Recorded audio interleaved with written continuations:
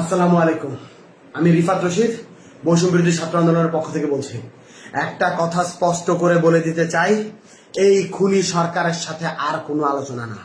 এই খুনি সরকারের সাথে আর কোনো আলোচনা না, আর কোনো বসা না, আর কোনো মীমাংসা না, আর কিচ্ছু হবে না। তারা প্রত্যেকবার ক্র্যাকডাউন চালিয়েছে। বাংলাদেশে গণহত্যা চালানোর পরেও আমরা শিক্ষার্থীরা যখন রাজপথে নেমেছিলাম তখন আমরা চুপ করে বসেছিলাম। আমরা কিন্তু রাজপথে খুব শান্তিপূর্ণ কর্মসূচি দিয়েছিলাম। আমাদের এই শান্তিপূর্ণ কর্মসূচিতে আবার গুলি চালানো হয়েছে। আমাদের ছয়জন ভাইকে শহীদ করা হয়েছে। এখনো অনেকে আহত, আমরা জানি না তাদের অবস্থা কি। আমরা এই খুনি সরকারের সাথে আর কোনো নেগোসিয়েশনে যাব না, আর কোনো আলোচনায় যাবে না। আলোচনার সকল দরজা বন্ধ হয়ে গেছে। এবার সর্বাত্মক প্রতিবাদ গড়ে তুলতে হবে। আমার ভাইদের রক্ত যারা ঝরাচ্ছে, বারবার করে আমার বোনের রক্ত যারা ঝরাচ্ছে, যারা জীবন ঝরাচ্ছে, তাদের সাথে আর কোনো আপোষ নাই, তাদের সাথে আর কোনো কথা নাই। এত সুশীলতার আর কোনো জায়গা নাই। এইবার একদম চূড়ান্ত পতনের ডাক দেওয়ার সময় হয়েছে, চূড়ান্ত ঘোষণার ডাক দেওয়ার সময় হয়েছে। আমরা স্পষ্ট করে বলতে চাই, খুনি হাসিনাকে আমরা স্পষ্ট করে বলেছিলাম, আপনার হাতে যেই রক্তের দাগ লেগে আছে, রক্তের দাগ মুছে দিন, তারপর আমরা আপনার সাথে নেগোসিয়েশনে যাব, আলোচনায় যাব, কথা বলবো। আপনি খুনের হত্যার বিচার করুন। তিনি বিচার করেন নাই। তিনি কি করলেন? তিনি আমাদের শিক্ষার্থীদের উপর আবারও ক্র্যাকডাউন চালাইলেন, আবারও গুলি করলেন। আপনারা দেখতে পাইছেন আজকে উত্তরায় কিভাবে ছাত্রলীগ যুবলীগের ক্যাডাররা ওপেন ফায়ার করতেছে। আজ হবিগঞ্জে আমার ভাই শহীদ হয়েছে, আজ সিলেটে আমার ভাই শহীদ হচ্ছে, আজ খুলনায় আমার ভাই শহীদ হচ্ছে, আজ লক্ষ্মীপুরে আমার ভাই শহীদ হচ্ছে, সারা বাংলাদেশে আমার ভাইরা শহীদ হচ্ছে। এই জিনিস কেন হাসিনা করতেছে? এই জিনিস ওই খুনি হাসিনা, ওই স্বৈরাচারী হাসিনা কেন করতেছে? জবাব দিতে হবে। ও পাগল হয়ে গেছে, একটা মানুষ সাইকোপ্যাথ হয়ে গেছে। একজন সাইকোপ্যাথ কিলারের হাত থেকে এই বাংলাদেশকে রক্ষা করতে হবে। এই বাংলাদেশ আর স্বাভাবিক কোনো মানুষের হাতে নাই। এই বাংলাদেশকে সাইকোপ্যাথের হাত থেকে রক্ষা করতে হবে। এই বাংলাদেশকে নিরাপদ করতে হবে। আমরা স্পষ্ট ভাবে বলে দিতে চাই, আমাদের যে 9 দফা আছে, এই 9 দফার ভিত্তিতে আগামীকাল সারা বাংলাদেশে বিক্ষোভ মিছিল পালিত হবে। বিক্ষোভ মিছিল থেকে যদি আমাদের 9 দফা কাল মেনে না নেওয়া হয়, আমরা আলটিমেটাম দিচ্ছি, পরশুদিন থেকে, রবিবার থেকে সারা বাংলাদেশের সর্বাত্মক অসহযোগ আন্দোলন। স্কুল চলবে না, কলেজ চলবে না, আদালত চলবে না, আইন চলবে না, ব্যাংক চলবে না, কিচ্ছু চলবে না। সবকিছুতে সর্বাত্মক অবরোধ, সবকিছুতে সর্বাত্মক অসহযোগ আন্দোলন চলবে। সবকিছু বন্ধ করে দেওয়ার ঘোষণা দেওয়া হলো। আর কোনো কিছুতেই আমাদের অবকাশ নেই। আমাদের বুকের রক্ত যারা প্রতিদিন ঝরায়, আমরা চুপ থাকার পরেও, আমরা শান্তিপূর্ণ থাকার পরেও নিরস্ত্র মানুষের প্রতি যে গুলি চালায়, গণকে যে হত্যা করে তার গণভবনে থাকার অধিকার নাই। গণকে যে হত্যা করে তার গণভবনে থাকার অধিকার নাই। আমার ভাইদের রক্ত প্রতিদিন ঝরানো হচ্ছে। এই রক্তের হিসাব পড়তে পড়তে করতে করতে পাহাড় সম রক্ত হয়ে গেছে। এই রক্তে তাকেই ডুবে মরতে হবে। এই বাদে কোনো উপায় নাই। আমি স্পষ্ট করে বলতে চাই, আপনারা এই 9 দফায় ভিতরে 9 দফার দাবিতে আগামীকাল বিক্ষোভ কর্মসূচি পালন করুন। সারা বাংলাদেশের প্রতিটি জনতা রাস্তায় নেমে আসুন। আপনার ঘরের সামনে, আপনার বাড়ির সামনে প্রতিটি অলি গলিতে দুর্গ গড়ে তুলুন। বাংলাদেশের প্রতিটি ঘর একটা দুর্গ হয়ে উঠবে।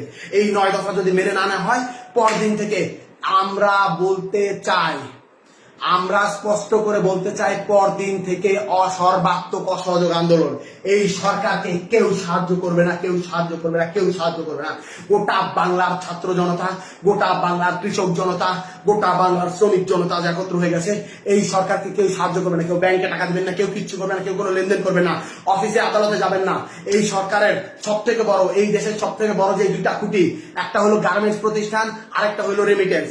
প্রবাসী ভাইদেরকে বলতেছি, একটা টাকা বৈধ চ্যানেলে রেমিটেন্স পাঠাবেন না। বিকাশ নগদে টাকা পাঠালো, সেটাও কিন্তু বৈধ চ্যানেলে হয়, সেটা রেমিটেন্স সরকারের যোগ হয়। বিকাশ নগদে কেউ টাকা পাঠাবেন না। আমরা বলতে চাই, গার্মেন্টস শ্রমিকদেরকে বলতে চাই, আমি আশুলিয়ার ছেলে, আমার রক্তে, আমার খুনে, আমার প্রতিটি জায়গায় জায়গায় গার্মেন্টস শ্রমিকদের ছাপ, রক্ত, ঘামের পয়সা লেগে আছে। আপনাদেরকে আমি বলতে চাই, আপনারা কেউ আর গার্মেন্টসে যাবেন না। আপনাদের কেউ আর গার্মেন্টসে যাবে না। গার্মেন্টসে যারা যায় আমার মা, আমার বোন, আমার মা বোনদেরকে বলতেছি, আমার ভাইদেরকে বলতেছি, আপনারা কেউ গার্মেন্টস কারখানায় যাবেন না। আমার ভাইদেরকে শহীদ করা হচ্ছে, এর স্পষ্ট বিহিত না হওয়া পর্যন্ত, এর বিচার না হওয়া পর্যন্ত আপনারা কোথাও গার্মেন্টস যাবেন না। রিজিকের মালিক আল্লাহ। আল্লাহ বাঁচাইলে আমরা খাবো, আল্লাহ না বাঁচাইলে আমরা মরে যাবো। আপনারা রিজিকের ভয়ে আর কেউ ওই স্বৈরাচারের তাবেদারি করবেন না।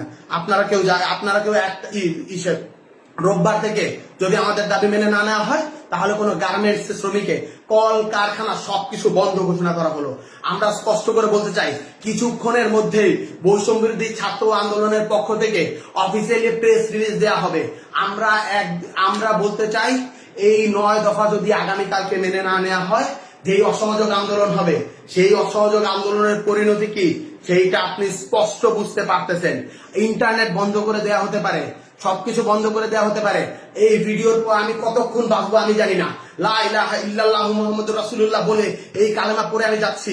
আমি যদি মরে যাই ভয় নেই, বাংলার প্রতিটি মানুষ যারা বেঁচে আছেন তারাই নেতৃত্ব দিবেন, তারাই চালিয়ে দিবেন। এই কালেমা পড়ে নেওয়ার পর আমার আর ভয় নেই। আল্লাহর কাছে আমরা বলতে চাই, আল্লাহ এই জালিমের তুমি পতন করো, এই জালিমের তুমি বিচার করো। আপনারা প্রত্যেকটি ধর্ম আছে, মসজিদে, মন্দিরে, পেগোড়ায়, গির্জায়, সকলের যে স্রষ্টা আছে তাদের কাছে আপনার হাত তুলুন, আওয়াজ তুলুন, বলুন এই জালিমের থেকে আপনারা পতন চান।